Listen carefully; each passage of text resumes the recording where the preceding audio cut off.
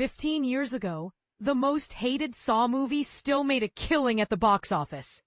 Lionsgate, welcome to Tales from the Box Office, our column that examines box office miracles, disasters, and everything in between, as well as what we can learn from them. Starting with the release of Saw 6 and the disappointing box office performance, it's been a dark time for me, no question.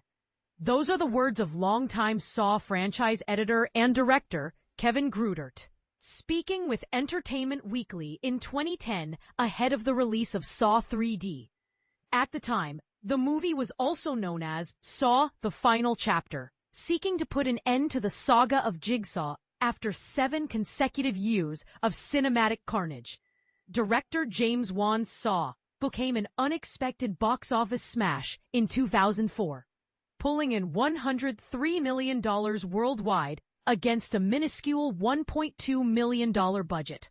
Lionsgate then made it an annual tradition. But as Greutert points out, despite being well-liked by devotees of the franchise, Saw VI made just shy of $70 million, by far the lowest-grossing entry up to that point. All the same, Lionsgate wanted the director to finish what he started with one last hurrah. It would go down as the worst-rated movie in the history of the franchise.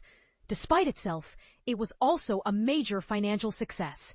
In this week's Tales from the Box Office, we're looking back at Saw 3D. In honor of its 15th anniversary, we'll go over how it came to be, why Greutert was essentially forced into directing it, what happened when it hit theaters, what happened in the aftermath of its release, and what lessons we can learn from it all these years later. Let's dig in, shall we? The movie, Saw 3D, Lionsgate. As a fierce battle rages over Jigsaw's, Tobin Bell, terrible legacy, survivors seek support from a fellow survivor and self-help guru named Bobby Dagan, Sean Patrick Flannery, who harbors a dark secret.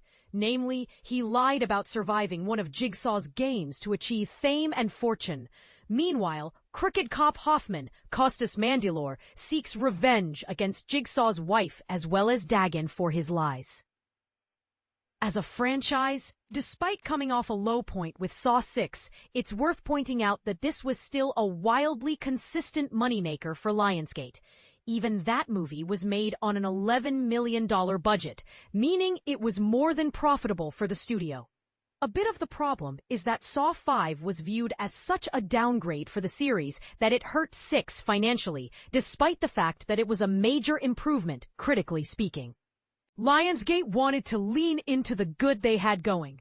They certainly weren't going to go back to Saw 5 director David Hackle.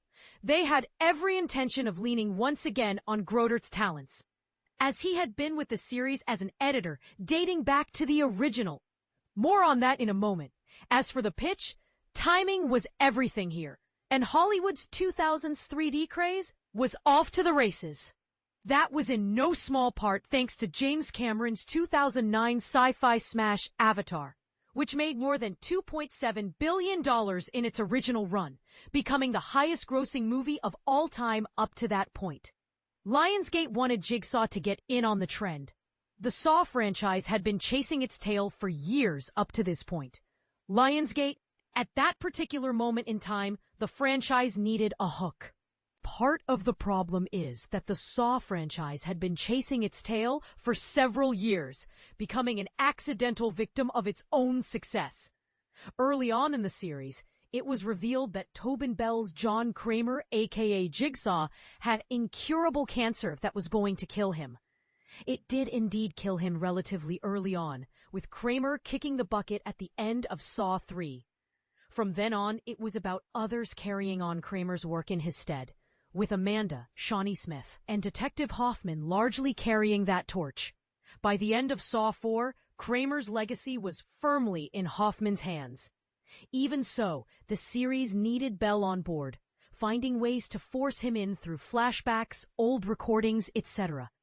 It would be like trying to continue the Nightmare on Elm Street franchise without Freddy.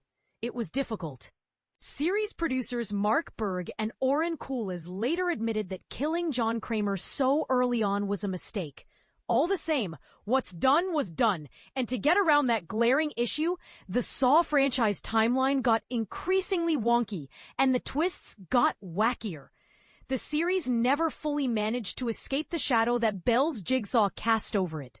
That was something that the so-called final chapter needed to contend with. Saw 3D wasn't made under the best of circumstances, Lionsgate. Around this time, another major horror franchise launched into the spotlight in the form of Paranormal Activity, one of the most surprising hits in box office history. On a shoestring budget, it made $194 million worldwide, with Paramount moving quickly on a sequel. They originally tapped Greutert to helm what would become Paranormal Activity 2. He even spent months developing the project. Then Lionsgate stepped in. Deciding to exercise an option on his contract, Lionsgate forced Greutert to direct Saw 3D, pulling him away from Paranormal Activity 2. On his personal blog in January 2010, in a post that was later deleted, Greutert expressed strong dissatisfaction with the situation, saying the following: "Woohoo! Lawyers are sending me to Canada tomorrow.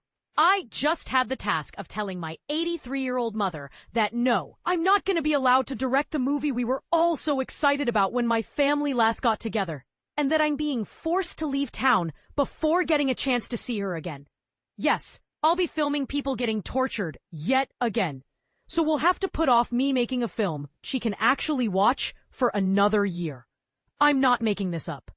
There was a lot of crazy turmoil in this production, Greutert later said in that same pre-release EW interview.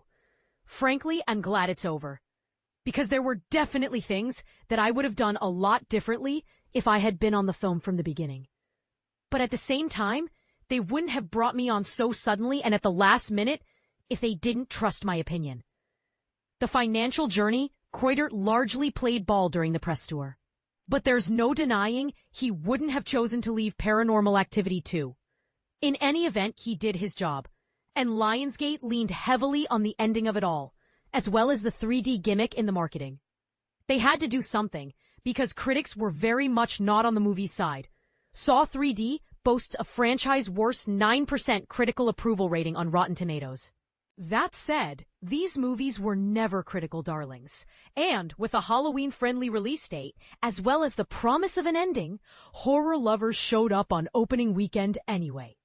Saw 3D hit theaters on the weekend of October 29, 2010, topping the charts with $22.5 million. Paranormal Activity 2 came in at number 2 with $16.5 million on its second weekend. Originally, the movies were set to go head-to-head. Mercifully, that didn't happen, even though the movie fell off a cliff once Megamind and Due Date arrived the following weekend. It was firmly out of the top 10 by its fourth weekend. It hardly mattered. The 3D gimmick worked like a charm, and the intended audience showed up in droves. It was a major rebound for the series commercially, even if it was a disaster critically. Saw 3D finished its run with $45.7 million domestically, to go with a whopping $90.4 million internationally, for a grand total of $136.1 million worldwide.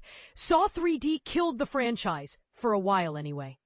Even against a reported $17 million budget, the biggest for any of these movies up to that point, it was a huge win for the studio. The only entries that made more were Saw 3, $164.8 million, Saw 2, $152.9 million, and Saw 4, $139.3 million. All the same, Lionsgate stuck to their word and retired the franchise, for a time anyway. If you start making movies that don't live up to the greatest hits in the series, it denigrates the past, and nobody wants that. We want this to go down in history as a great franchise. I think it is the last Saw movie, Greutert said to EW at the time. But it's absolutely my last Saw movie. It wasn't the last Saw movie, nor was it Greutert's last Saw movie. Just over a year later, in December 2011, then Lionsgate Vice Chairman Michael Burns stated, "I'm sure, someday, you'll see Saw back in the picture." That day eventually came, albeit several years later, with Jigsaw in 2017. It once again fudged with the timeline, so that Bell could return as John Kramer once more. It was a welcome return, bringing in over $104 million globally. The series then took a turn with the spin-off, Spiral from the Book of Saw. It made just $40 million.